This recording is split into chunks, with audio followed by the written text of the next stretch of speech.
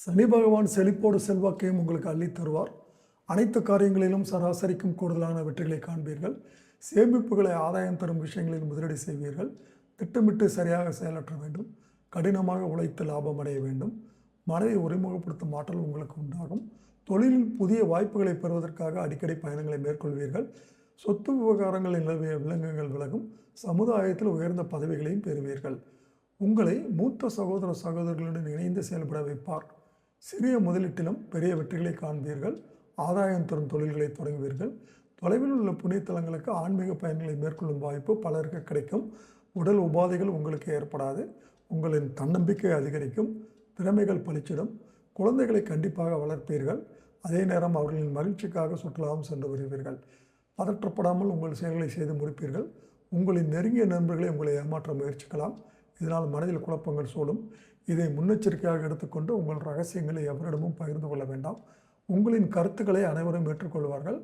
ஆனால் அவற்றை எச்சரிக்கையுடன் நீங்கள் முடிந்தவரை வெளிப்படுத்துங்கள். மற்றபடி கடினமான வேலைகளையும் சுலபமாக செய்து முடிப்பீர்கள். வருமானம் சீராக இருப்பதால் கடன்கள் ஏற்படாது. செய்தொழிலில் ஏற்படும் போட்டிகளை சாதுரியத்துடன் எதிர்கொள்வீர்கள். தெய்வ வழிபாட்டில் நம்பிக்கையுடன் ஈடுபடுவீர்கள்.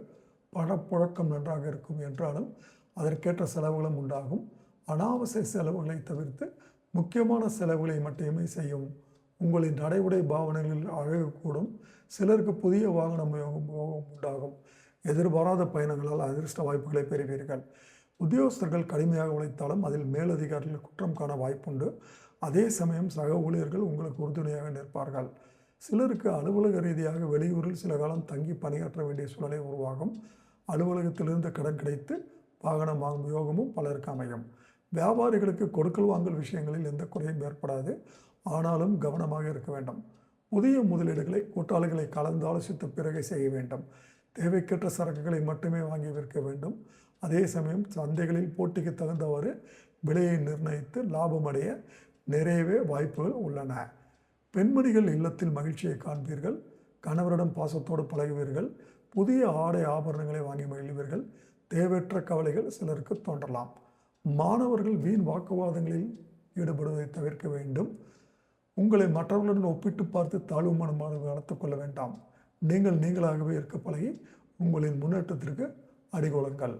பரிகாரம்: திங்களூர் சென்று சந்திர வழிபாடு செய்து வர வேண்டும். தினமும் ராமநாமத்தை ஜெபிக்க வேண்டும். தினமும் சுந்தரகாண்டம் பாராயணம் செய்வது உங்களுக்கு நல்ல நன்மைகளை கொடுக்கும்.